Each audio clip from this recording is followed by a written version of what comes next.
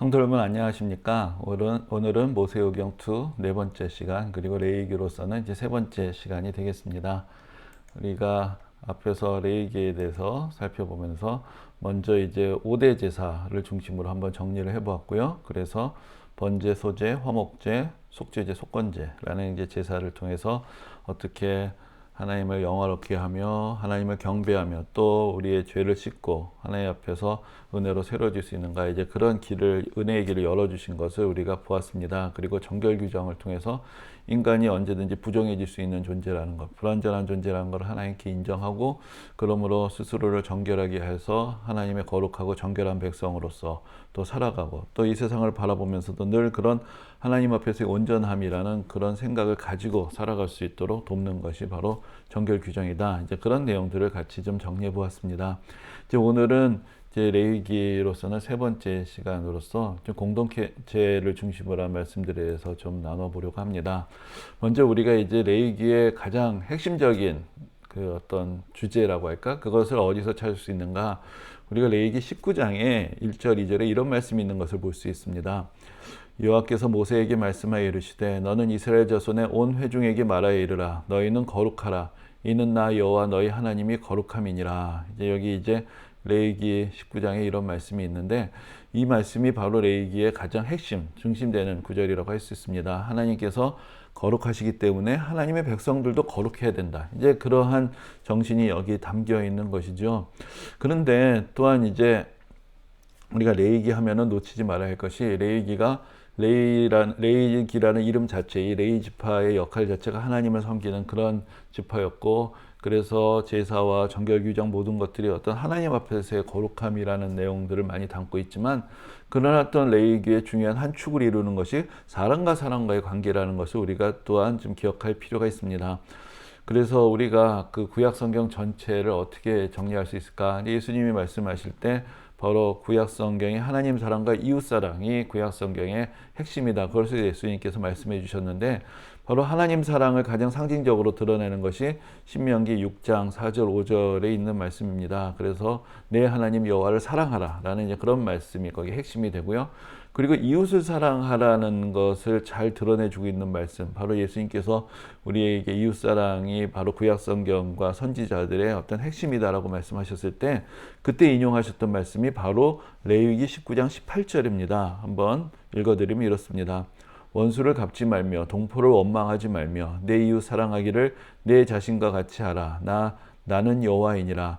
여기서 바로 내 이웃을 내 몸같이 사랑하라는 말씀이 여기서 나온 것이죠. 그래서 레위기라는 책을 우리가 그래서 좀 더 잘 이해할 필요가 있는데, 레위기라는 책이 단지 어떤 하나님과의 관계만을 규정하는 것이 아니라 바로 하나님과의 관계, 하나님의 거룩한 백성이 되는 것, 하나님 앞에서 정결하고 흠없는 백성으로 새로워지는 것은 하나님의 백성들 사이에, 이 사람과 사람 사이에 새로운 관계를 맺는 것까지 포함한다는 것, 그것을 우리가 또 레위기를 통해서도 좀 더 생각해 보아야 할 것입니다.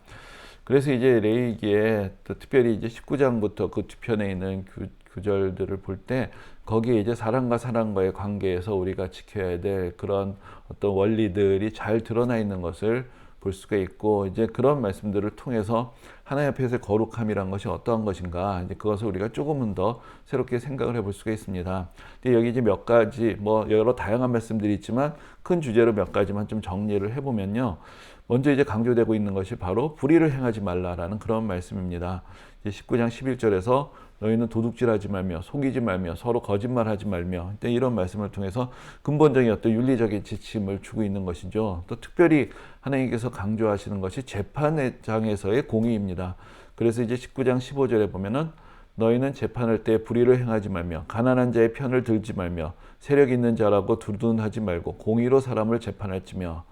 우리가 잠시 후에 보게 되겠지만 사실은 성경 전체에서 또 레위기에서 율법서에서 가난한 자에 대한 배려에 대해서 매우 강조를 합니다. 하지만 그렇다고 해서 죄 없는 사람을 죄인으로 만들고 죄 있는 사람을 죄 없다고 할 수는 없는 것이죠. 재판정에서는 힘 있는 사람이라고 특권을 줬어도 안 되지만 가난한 사람도 공평하게 그가 저지른 바를 낱낱이 밝히고 분명하게 하나님 앞에서 정의가 실현되어야 된다. 이제 그것을 말씀하고 있는 것을 볼 수가 있습니다.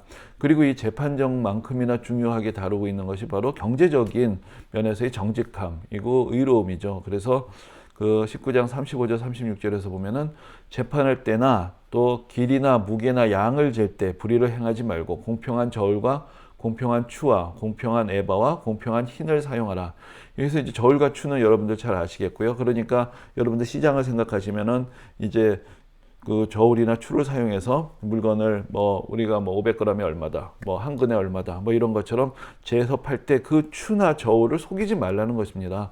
또 에바나 흰이란 것은 우리식으로 보면 돛박 같은 것인데 이제 그 곡식을 그렇게 담아서 팔 때 이 그릇을 가지고 장난을 치지 말라는 것이죠. 그러니까 그만큼 상거래의 어떤 정직함을 강조하는 것이고 이러한 사람들 사이에서 서로 속이지 않고 신뢰를 가지고 서로 정의를 행하는 이제 그런 공동체, 그것이 바로 거룩한 공동체고 하나님 앞에 바로 사는 공동체다. 이제 그것을 강조하고 있는 것을 봅니다. 그리고 또한 뭐 우리가 어떤 효에 대해서 어른 공경에 대해서는 사실 우리 전통 문화에서도 충분히 강조를 하고 있는 것이지만 성경에서 특별히 이제 우리가 눈에 띄는 그런 몇 가지 구절들을 레위기에서 찾아볼 수 있습니다. 그래서 19장 3절에 보면은 너희 각 사람은 부모를 경외하고 나의 안식일을 지키라. 그러니까 부모를 경외하라는 말씀이 있고요. 또 19장 32절에는 이런 말씀도 있습니다. 너는 센 머리 앞에서 일어서고 노인의 얼굴을 공경하며 내 하나님을 경외하라. 이것이 마치 이제 어떤 경로석 이야기하는 그런 느낌이 좀 들죠. 센머리가 좀 연로하신 어르신이 오시면 자리를 양보하는. 근데 여기서는 양보한다는 의미라기보다 어떤 경외를 표현하는 그런 의미, 존경을 표현하는. 그래서 인생의 여러 그 성상을 거친 사람들의 삶을 존중하고 존경하고 또 그래서 예의를 표하는 이제 그런 문화를 레위기 안에서도 우리에게 권하고 있는 것을 볼 수 있습니다. 그리고 좀 더 이제 심각하게는 이제 레위기 20장에는 그 좀 이따 다시 말씀드리겠지만은 그 반드시 죽여야 하는 죄, 이 극단적으로 하나님께서 금하시는 그런 사항들이 쭉 나열이 되어 있는데 그 중에 하나가 바로 아버지나 어머니를 저주하는 자다.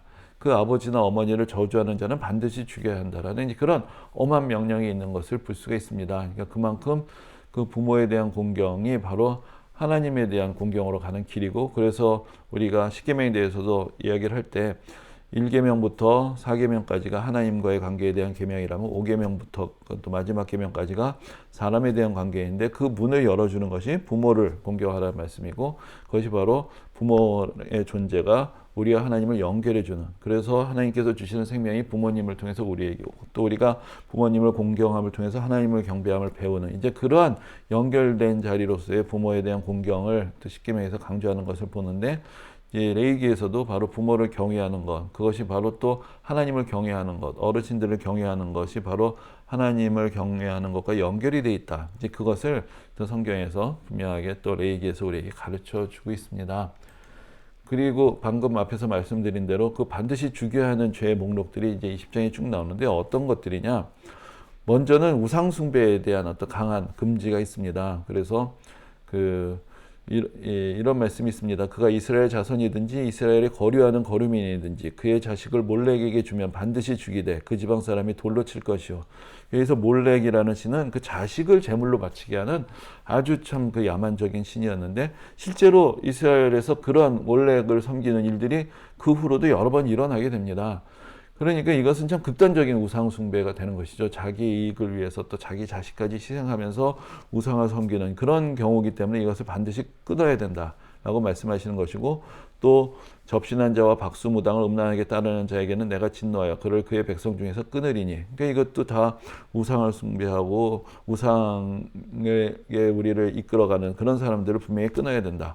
이제 그리고 그런 것을 금해야 된다는 것을 강조하시는 것입니다.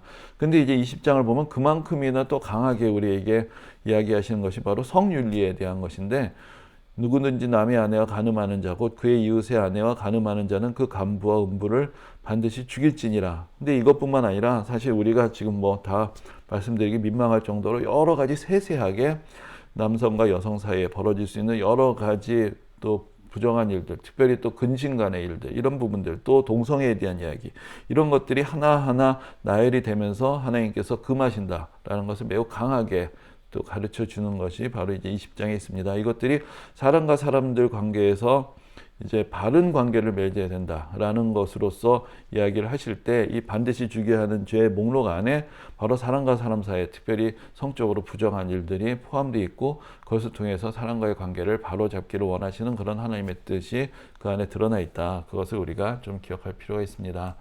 근데 이제 이런 여러 가지 말씀들이 있지만 앞에서 말씀드린 대로 사실 가장 그 성경 전체적으로 볼 때도 그렇고 또 율법서 전체로 볼 때도 그렇고 또 레위기에 있어서도 그렇고 가장 많은 관심은 어디 있는가? 사회적인 약자들을 어떻게 배려하는 공동체를 만들 것이냐. 이제 거기 있다는 것을 우리가 좀 잊지 말아야 합니다. 그 여러 가지 앞에서 말씀드린 어떤 그 법정에서의 정의도 중요한 것이고 또 상거래에서의 어떤 신뢰 그런 정직함도 중요한 것이고 부모를 공경하는 것도 중요한 것이지만 그러나 또한 성경 전체에서 보면은 그 이상으로 사회적 약자를 어떻게 대하는가 그것에 하나님께서 관심을 가지고 계시고 그것과 관계된 여러 가지 규정들이 있는 것을 봅니다. 이제 특별히 이제 19장에서 몇 구절을 보면요. 그 너희가 너희 땅에서 곡식을 거둘 때 너는 반 모퉁이까지 다 거두지 말고 내 떨어진 이삭도 줍지 말며 내 포도원의 열매를 다 따지 말며 내 포도원에 떨어진 열매도 줍지 말고 가난한 사람과 거류민을 위하여 버려두라. 그러니까 추수할 때 다 거두지 말라는 것입니다. 그래야 가난한 사람들, 추수할 것이 없는 사람들이 그래도 그거라도 주워서 먹고 살 수 있기 때문에 그래서 다 이건 내 것이라고 다 거두지 말고 그런 없는 사람들을 위해서 조금씩 그 배려를 해주라고 그렇게 말씀하시는 것을 봅니다. 그래서 이제 이런 이야기가 나중에 이제 룻기에도 나오죠. 그러니까 룻기에서도 이제 룻이 보아스라는 사람의 밭에서 이러한 이삭 줍기를 이런 떨어진 이삭들을 주우려고 갔다가 거기서 이제 그 보아스의 호의를 잊게 되고 또 좋은 관계가 되는 이제 그런 이야기들이 거기 나오는데 그것이 다 이제 그 레위기 또 한 그 신명기에도 이제 이런 사회적인 약자들의 배려에 대한 말씀들이 많이 나오는데요. 이런 어떤 율법의 정신들이 담겨 있는 그러한 관습이었다라는 것을 알 수 있습니다. 그리고 19장 14절에 이런 말씀도 있습니다. 너는 귀먹은 자를 저주하지 말며 맹인 앞에 장애물을 놓지 말고 내 하나님을 경외하라.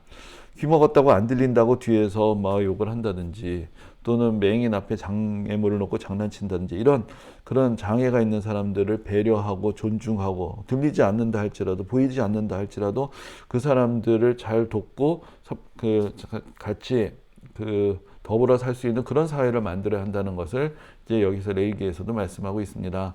그리고 이제 거류민에 대한 이야기가 나오는데요. 그래서 가난한 사람들 또 장애가 있는 사람들 또 거류민들이란 것은 이제 오늘날로 말하자면 외국인 노동자 같은 사람들이라고 할 수 있습니다. 이게 다른 나라에서 와서 삶의 기반을 여기서 확실히 갖지 못하고 또 자기를 보호해주고 지지해줄 그런 그 인간관계를 아직 맺지 못한 그런 낯설고 외로운 사람들 그 사람들이 찾아왔을 때 학대하지 말고 너희 중에 나은 자 같이 동포같이 같이 생각하고 사랑하라고 말씀하십니다. 그러면서 너희도 애굽 땅에서 거류민이 되었었다. 바로 이스라엘 백성들이 애굽에서 이제 그 탈출을 해서 지금 이제 광야 생활을 준비하는 과정 가운데 이 레위기 말씀을 주신 것인데 바로 그들의 경험들, 그 낯선 곳에서 이방인으로 많은 수모를 당했던 그것을 기억하면서 너희들은 그런 사람이 되지 말아야 한다는 것이죠. 이제 그만큼 또 약자에 대한 배려에 대한 그런 말씀들이 있는 것을 봅니다. 근데 이제 바로 이러한 어떤 차원에서 그 레위기 그 뒷부분에 보면은 이제 여러 그 절기에 대한 말씀들이 나오는데요. 사실 절기에 대한 말씀들은 뭐 나중에 우리가 신명기 할 때도 다시 좀 정리를 할 것이기 때문에 어떤 절기가 있고 그런 부분들은 뭐 오늘은 자세하게 말씀을 안 드리겠고요. 그 절기 중에서 이제 가장 중요하고 어떤 절기의 대단원을 이룬다고 할 수 있는 것이 희년입니다. 그 희년은 50년마다 오는 것인데 안식년이 7년 만에 한 번 오고요. 안식년이 7번 오면은 그 다음에 오는 것이 희년입니다. 근데 희년이라는 것은 이제 하나님 앞에서 모든 것들이 회복이 되는 그런 하나님의 은혜가 모든 사람들에게 미쳐서 그동안 삶에 있었던 모든 질고들, 짐, 불평등 이것들을 다 걷어내는 그런 어떤 종말의 상징과 같은 그런 해라고 할 수가 있습니다. 그래서 이 희년에 대한 규정들 가운데서 특별히 이제 그런 어려운 형편에 있는 이웃들에 대한 배려가 이 희년 안에 매우 중요하게 자리 잡고 있는 것을 봅니다. 그래서 그 25장 10절에 이런 말씀이 있습니다. 너희는 50년째를 제 해를 거룩하게 하여 그 땅에 있는 모든 주민을 위하여 자유를 공포하라. 이 해는 너에게 희년이니 너희는 각각 자기의 소유지로 돌아가며 각각 자기의 가족에게로 돌아갈지며 이 희년이란 것은 기쁨의 해라는 것이죠. 그래서 이때는 모든 주민들이 자유를 얻는 해다라는 것입니다. 그래서 여기서 이제 각각의 소유지로 돌아가라라는 것은 이제 우리가 나중에 이제 역사서에서 보시게 되겠지만 이스라엘 백성들이 광야 생활을 끝나고 가나안 땅에 들어가서 가나안 땅을 정복하고 각 지파별로 각 집안별로 다 땅을 나눠봤습니다. 그럼 조상대대로 물려받은 땅이 있겠죠. 하지만 내가 뭐 여러 가지 어려움이 있어서 더 이상 먹고 살 것이 없어서 그래서 결국은 땅을 팔아야 될 그런 상황도 있겠죠. 그러면 결국 땅을 팔게 되면 삶의 기반을 잃어버리게 되고, 그러면 그 사람의 신분이 어떤 자유를 잃고 또 다른 사람의 종이 될 수도 있고 그런 어려움을 겪게 될 것입니다.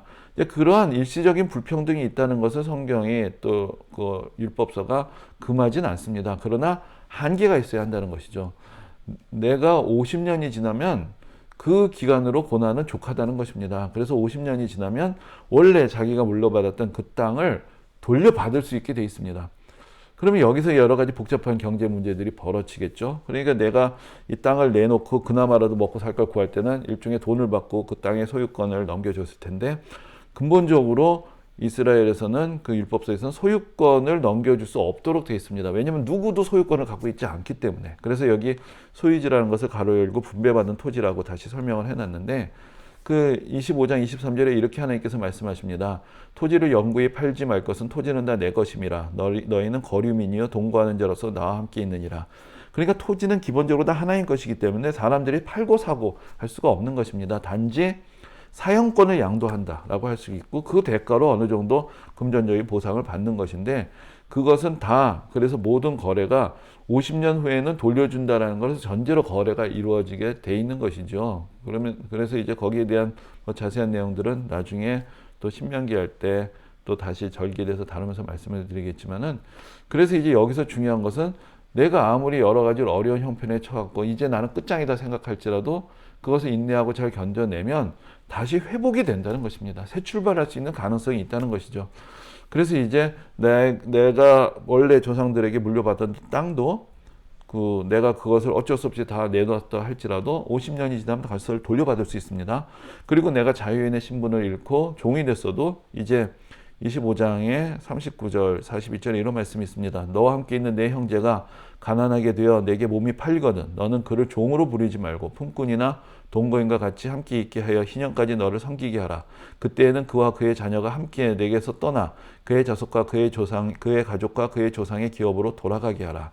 이것이 이제 희년의 아까 땅의 이야기와 같이 있는 것인데요. 희년이 되면 내가 땅을 되찾을 수 있습니다. 삶의 기반을 다시 마련하고 흩어졌던 가족들이 다시 모이고, 그래서 인생을 새 출발할 수 있게 되는 것이죠. 그리고 그렇게 해서 땅도 내놓아야 하고 자기 자신의 몸을 팔아야 되는 그런 극단적인 어려움에 처해 있는 사람일지라도 그 사람을 종으로 대하지 말고 같은 어떤 동거인으로 대우하면서 그 일을 시키고 또 어떻게 어떤 품꾼처럼 사용할 수는 있다는 것입니다. 그러나 영원히 하나의 신분으로 구속이 되고 또 예전처럼 신분으로서 이제 세습이 되고 그런 일은 없다는 것이죠. 그러니까 일시적인 불평등이 있고 사람마다 능력의 차이가 있습니다. 그러나 그렇게 해서 만들어진 불평등이 세습돼서는 안 된다는 것이죠. 그런 불평등이 상속되는 것이 아니고 다시 회복해서 그 다음 세대는 또 다시 한번 자신의 삶을 새 출발할 수 있도록 그렇게 배려해 주시는 이제 그런 말씀이 바로 이 희년의 규정 가운데 있는 것입니다. 그래서 이 말씀이 다 그 레위기 안에 들어있다는 것은, 레위기라는 것이 레위인들을 중심으로 하나님을 섬기고 하나님 앞에 나아가는 방법, 또 하나님 앞에서 정결하고 거룩한 백성이 되는 것, 그러한 말씀이지만 그 하나님 앞에 거룩하고 정결한 백성이 됨이라는 것에는 그러한 윤리적인 문제들, 또 정의의 문제들, 또 사람과 사람 사이의 배려와 사랑의 문제들, 이런 부분들이 다 포함되어 있는 것이다. 그것을 우리가 기억할 필요가 있습니다. 그래서 사실 구약 성경의 율법 안에도 이미 은혜가 있는 것입니다. 그리고 그 은혜가 결국은 하나님의 뜻의 핵심에 있다는 것을 우리가 깨달을 때 구약 성경과 또 신약 성경을 우리가 조화롭게 이해를 할 수가 있는 것입니다. 그래서 여러 율법의 규정들에 대해서는 또 민수기에도 일부 나오고 또 신명기에서 다시 이제 정리가 될 것이기 때문에 다시 그때 살펴보겠지만은, 오늘은 그 여러 규정 가운데서도 사람과 사람과의 관계, 또 어떻게 사람과의 관계를 하나님의 뜻 안에서 온전하게 할 것인가, 이런 말씀도 레위기 안에 포함이 되어 있다. 우리가 그것을 생각하면서 하나님 앞에서 거룩하고 온전한 하나님의 백성으로 살아가는 것이 무엇인가, 오늘날 우리가 또 레위기의 여러 규절들을 다시 한번 묵상하며 또 오늘 우리가 해야 할 바들, 오늘 우리가 맺고 있는 이웃들과의 관계들을 어떻게 하면 하나님께서 보시기에 기쁘시고 또 은혜로운 방법들로 또 살아갈 것인가 또 함께 또 생각해 볼 수 있는 그런 시간들을 여러분들이 갖게 되시기를 바라겠습니다. 그럼 오늘은 여기까지 하겠습니다. 감사합니다.